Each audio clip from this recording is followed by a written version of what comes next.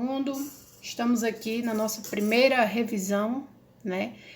Essa revisão ela vai dar conta das duas últimas aulas que nós tivemos, que foram respectivamente sobre a Revolução Russa e sobre a Primeira República no Brasil.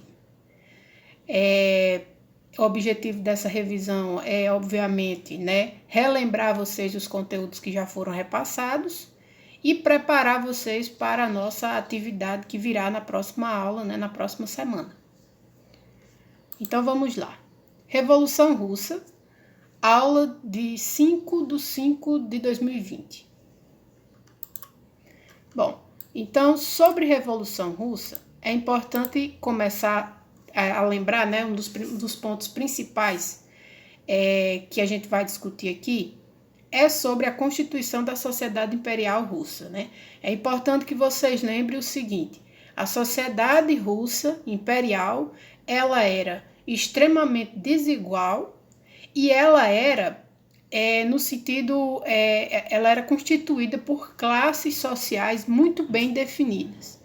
Cada classe social possuía uma função, porém, entre todas essas classes, né, que a gente vê aqui, apenas a classe de baixo, né, dos trabalhadores, pequenos comerciantes e operários, era a classe que sustentava, né, que produzia a riqueza do país, enquanto que as demais classes, o czar e a sua família, o clero, o judiciário, os militares e os grandes proprietários de terra, viviam dessa riqueza produzida pelos operários. Então, o que vale reter aqui nesse primeiro ponto é isso: a sociedade russa, antes da Revolução, ou seja, a sociedade russa imperial, era desigual, né, não era igualitária e possuía... Desculpa, passei aqui. Ela era desigual e possuía, né, uma estratificação social muito grande, ou seja, existia uma pirâmide na qual a família real era o topo, né? Eles eram os líderes da nação. Embaixo deles vinha o clero, os líderes religiosos, depois o judiciário, depois os militares e então os donos de terras que cultivavam, onde se cultivavam os alimentos. Essas classes aqui, essas primeiras classes, eram em número muito menor do que a classe dos operários, dos servos, os pequenos comerciantes. Porém, eram as classes que mais tinham boas condições de vida, né? Então, era uma minoria que vivia de forma luxuosa, enquanto que a maioria da população, que era quem de fato produzia a riqueza, que eram os servos, essas pessoas que realmente trabalhavam, viviam em situações muitas vezes miseráveis. Então, vale reter isso. Era uma sociedade muito desigual e com classes bem definidas, né? Classes sociais bem definidas, onde os de cima tinham uma condição melhor de vida e os de baixo tinham péssimas condições de vida.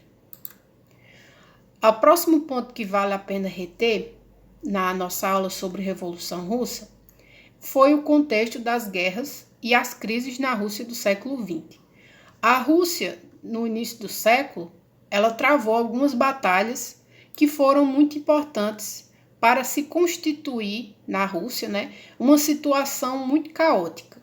Então, inicialmente, no início lá do século, ela trava a guerra russo-japonesa, né, uma guerra entre a Rússia e o Japão, como o próprio nome diz, que levou, sobretudo, a uma grande crise financeira e há um grande número de mortes, né? Mortes, sobretudo, de homens, né? Homens jovens, homens que eram uma força de trabalho importante. A Primeira Guerra Mundial, da mesma forma, né? Aquele conflito que nós vimos, né? Que era, sobretudo, travado entre a Inglaterra, de um lado, né? A Inglaterra e a França, e a Alemanha do outro, também, com a entrada da Rússia, levou a um agravamento das crises financeiras e também mais uma leva de mortes e uma grande perda de mão de obra, né? Então, é importante frisar isso. As guerras do início do século foram importantes para criar essa situação aqui de caos e de crise, tanto financeira quanto humanitária, né? Uma crise que vai colocar a Rússia aí em maus apuros. E vai ser também uma das causas da Revolução Russa, né?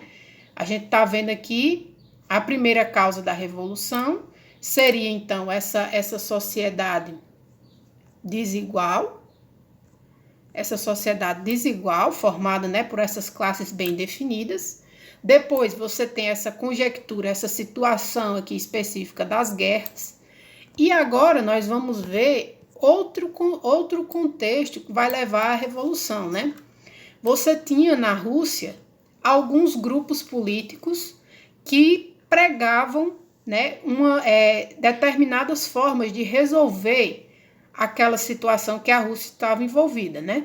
Então, por um lado, existiam os social-democratas, que queriam mudanças lentas e por meios democráticos, que lutavam, né? Que se conflituavam, né? Tinham embates com o comunismo leninista, né? O comunismo leninista, que é uma vertente marxista, que queria mudanças mais radicais pelo uso da força.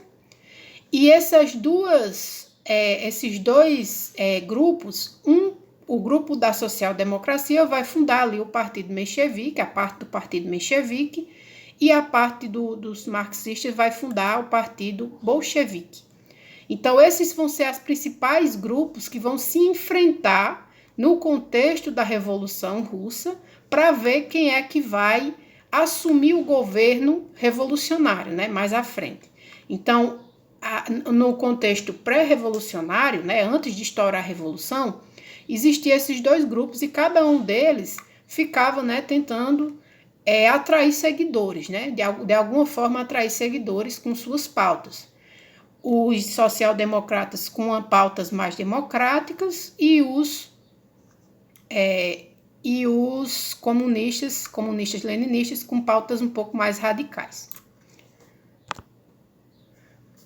Outro contexto que vai contribuir para a eclosão da Revolução vai ser a impopularidade da Imperatriz Alexandra, né? Então, a Imperatriz, ela tinha origem alemã, ou seja, ela era alemã, né? E pela influência da Alemanha na Primeira Guerra Mundial, né? A Alemanha foi uma das causadoras da Primeira Guerra Mundial. O povo alemão passou a ser mal visto, né? Passou a ter visto com desconfiança na Europa. Então, muitos russos não confiavam na Imperatriz Alexandra e achavam que ela era uma má influência sobre o czar, né?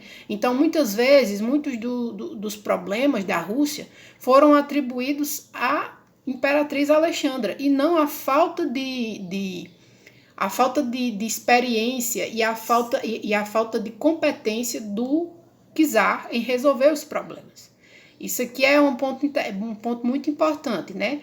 A imperatriz, ela não tinha muito o que fazer, ela era apenas a mulher do czar, mas sobre ela foi colocada muitas das culpas no processo e os revolucionários utilizaram muito isso. Outra questão é a influência do mago Rasputin nos assuntos da família real. Como nós vimos na nossa aula de Revolução Russa, o Rasputin, né, que ele era um mago, ele era um representante do paganismo, ele representava uma ameaça à moral cristã do povo russo, né? O povo russo, ele é cristão, só que ele é um cristão ortodoxo, não é um cristão católico ou protestante como temos no Ocidente. Mas mesmo assim é um povo cristão que viu com muito maus olhos a influência, a grande influência que esse mago, que esse sujeito estranho, né, pagão, tinha sobre a família real. Isso foi cada vez mais minando a influência da família real sobre o povo. E aí, enfim, nós temos a Revolução. A Revolução acontece em 1917 e, no mesmo ano, o Partido Bolchevique vence a disputa contra o Partido Menchevique e instala na Rússia o comunismo. Entre as primeiras atitudes do governo comunista está a coletivização dos meios de produção, como fábricas, bancos e terras. Vejamos aqui, nesse quadro um pequeno resumo de como é feita essa coletivização, né? Então, você tem aqui a propriedade privada, né, que é administrada por pessoas individualmente, e esses elementos que eu falei, né, as fábricas, os bancos e as terras, seriam os meios de produção. Produção de quê? De riquezas. Então, durante a Revolução, esses bens que eram antes de propriedade de pessoas, de indivíduos, né, que geravam riquezas para esses indivíduos, agora passam para as mãos da propriedade pública e serão administrados pelo Estado comunista, né, o Estado que é composto pelo Partido Comunista. Então, é um processo no qual a propriedade deixa de ser privada e passa a ser pública. Mas pública não no sentido de que ela passa a pertencer a todos, mas no sentido de que ela passa para as mãos do Estado. Isso é uma questão importante, né? Porque isso, inclusive, vai gerar muito conflito, porque de um dia para a noite, né, você tem ali, você era dono de uma fábrica, você era dono de terras, você era dono de um banco, seus investimentos estavam em um banco, né, que era privado, e de um dia para a noite o banco passa a ser público. Então, isso é a principal questão, é o principal elemento que vocês têm que se lembrar, né? A coletivização, o que é a coletivização dos bens, dos meios de produção? É essa passagem de uma propriedade privada, né? Eles deixam de ser propriedade privada e passam a ser propriedade do Estado. Agora nós vamos ver o resumo da nossa aula sobre o Brasil e a Primeira República de 11/5 de 2020. Então, a primeira questão que vocês devem lembrar são os antecedentes da proclamação da República, né? Quais seriam os principais contextos que levaram à chegada da República? O primeiro deles é a Guerra do Paraguai, que, por um lado, fortalece o movimento contrário à escravidão, ou seja, o movimento abolicionista, né, o que queria acabar com a escravidão, porque muitos dos negros, né, muitos escravos acabaram indo lutar na guerra, né? Então isso fortaleceu essa parte da população que queria o fim da escravidão, né?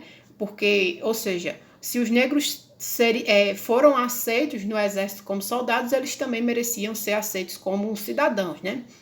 Então, ao mesmo tempo, a Guerra do Paraguai também fortalece os militares, né? Então, com a vitória na Guerra do Paraguai, os militares brasileiros, né, que conseguiram essa vitória vão sair muito fortalecidos enquanto grupo.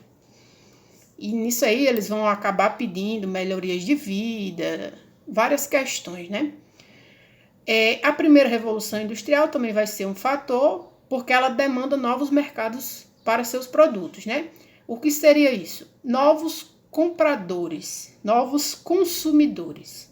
E o Brasil, sendo um país escravocrata, possuía grande parte, né, da sua população, né, principalmente a população negra escravizada, sem ter como ser consumidor. Né? Se você é um escravo, você não ganha salário. Se você não ganha salário, você não consome. Então, não era muito bem quisto, não era muito bem visto pela Revolução Industrial que ainda existissem escravos, porque escravos não consomem.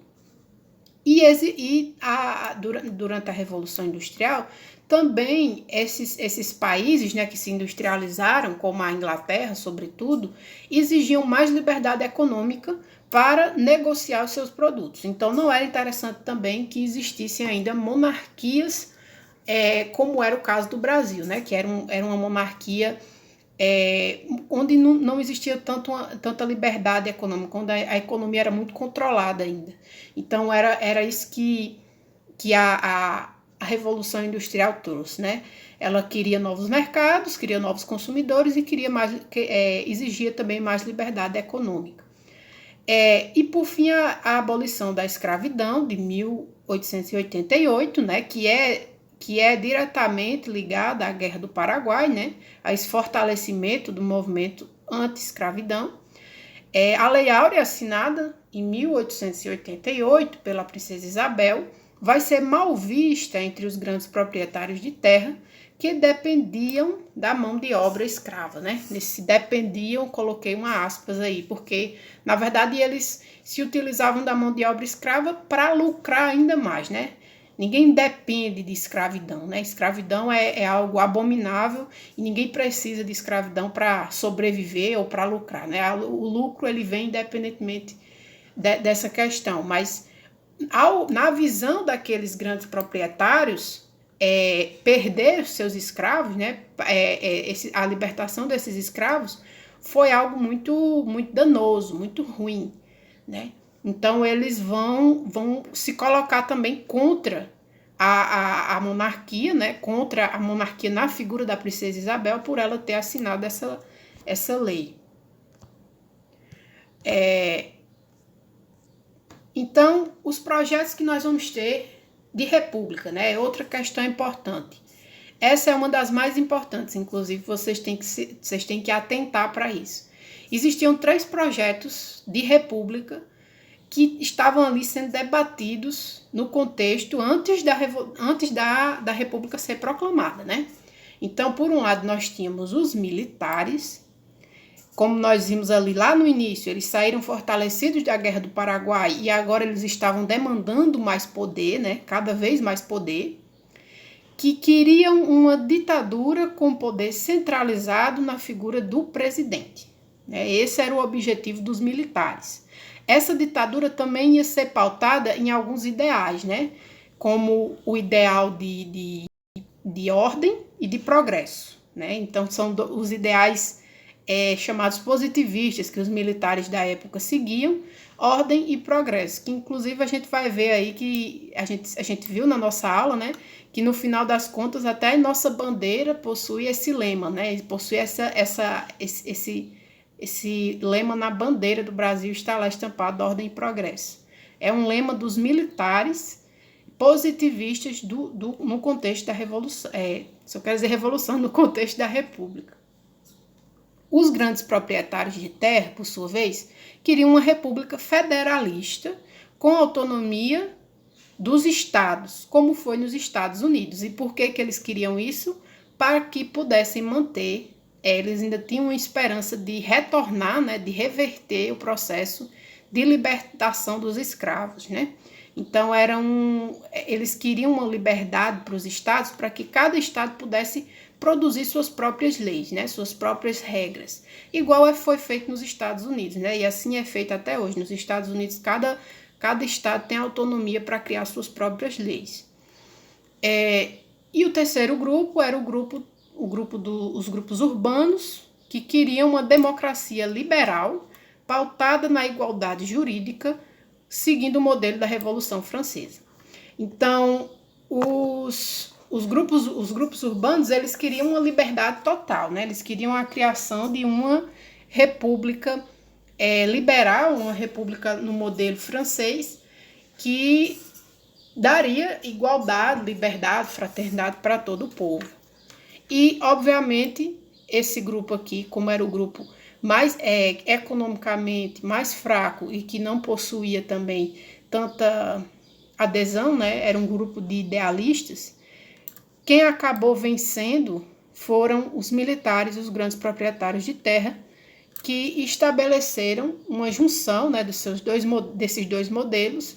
Através do modelo dos militares e dos grandes proprietários, se constituiu um federalismo com poder centralizado na figura do presidente. Só que os estados não tinham autonomia para produzir suas próprias leis. Então, observem isso, né? Então, se por um lado foi estabelecido o federalismo como queriam os proprietários de terra, por outro, esse federalismo não dava a liberdade, né, a autonomia que esses proprietários queriam. E ele também trazia, né, aquilo que os militares queriam, que era essa centralização do poder na figura do presidente. E isso vai trazer muitos problemas durante a Primeira República, né, durante os primeiros anos da República, porque esses grandes proprietários queriam muito essa autonomia, enquanto que os militares queriam a centralização. Então, aí nós temos a primeira fase da República no Brasil, que durará de 1889 a 1894, que é denominada República da Espada. E ela é denominada assim porque é a república produzida, né, que foi governada pelos militares, né? Então, o Brasil, a República no Brasil, ela é proclamada pelos militares, pelo Marechal Deodoro da Fonseca, e algumas das primeiras atitudes do Marechal, né, do Deodoro, é o exílio da família real, né? A família real é expulsa do Brasil, a convocação de uma constituinte, ou seja, de estabelecimento de uma nova Constituição, né, de uma nova Carta de Direitos, a separação entre Estado e Igreja, os novos símbolos nacionais, como a bandeira, o hino nacional, o fechamento dos órgãos provinciais, ou seja, as assembleias provinciais, e a transformação das províncias em estados. Né? Então, são essas as atitudes iniciais do Deodoro. E o governo do Deodoro da Fonseca, ele vai ser marcado já por... Ele vai ser marcado por grandes crises políticas, né?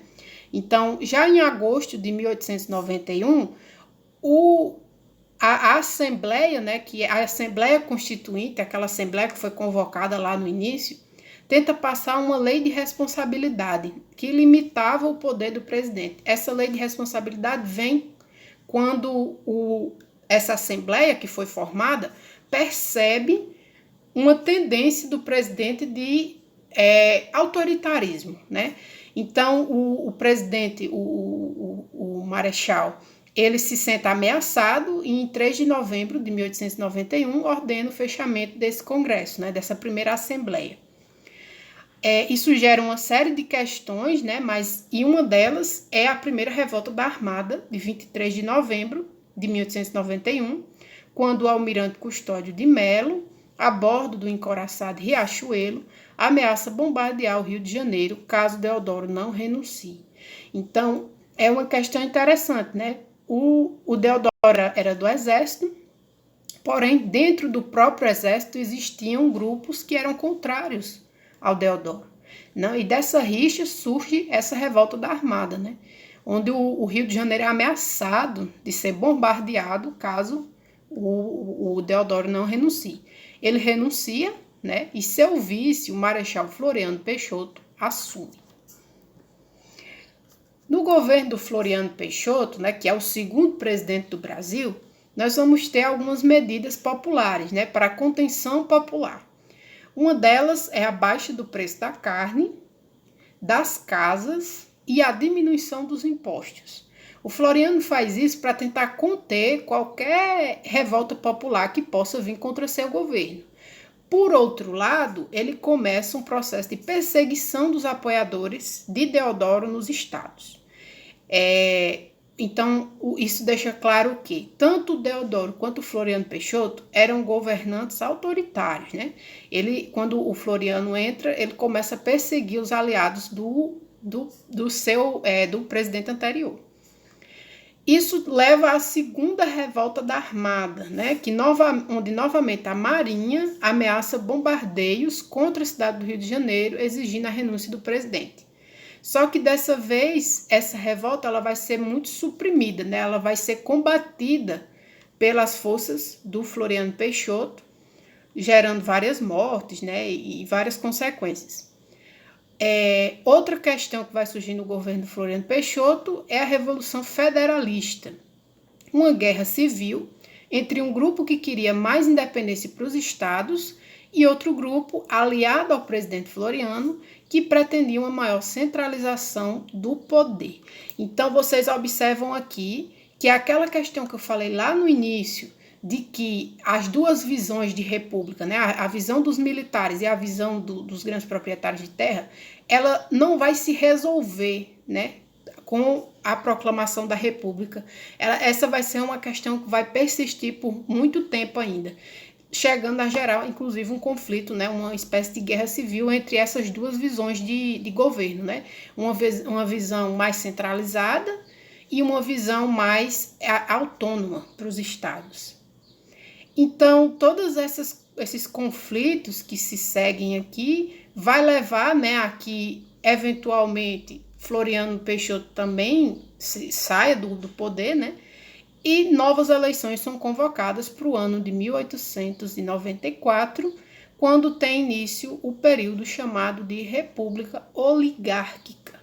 Então, esses dois momentos que a gente falou aqui, eles são o início, né? O início da nossa república. São apenas os primeiros anos da República Brasileira, que, pelo que vocês podem observar, foram muito caóticos, né? Então, inicialmente, nós temos uma república militar, né, produzida, né, e exercida por militares, e depois desse pequeno período da república militar, nós vamos analisar o longo período da república oligárquica, né? Então é isso, pessoal. Nossa revisão de hoje é essa, sobre essas duas temáticas. São temáticas um pouco diferentes, né? A Revolução Russa é um evento, né, em escala mundial, que teve muita repercussão durante todo o século XX. E a proclamação da República, ela é um evento muito mais local, né, que teve influências para o nosso país. Então, lembrando novamente, para que vocês assistam esse vídeo, qualquer dúvida que ainda estiver persistindo, né, vocês vão ter como tirar aí nos comentários, né, é importante aí também, o campo dos comentários está aberto para tirar dúvidas, e também lá no WhatsApp, vocês também tem esse espaço aberto para tirar dúvidas. Essa revisão ela foi feita baseada nos resumos que estão no caderno de vocês. Então, releiam os resumos, revejam os vídeos se forem necessários, e na próxima aula nós nos encontramos apenas para realizarmos a nossa atividade referente a essas duas aulas. Por enquanto é só, e até a próxima semana.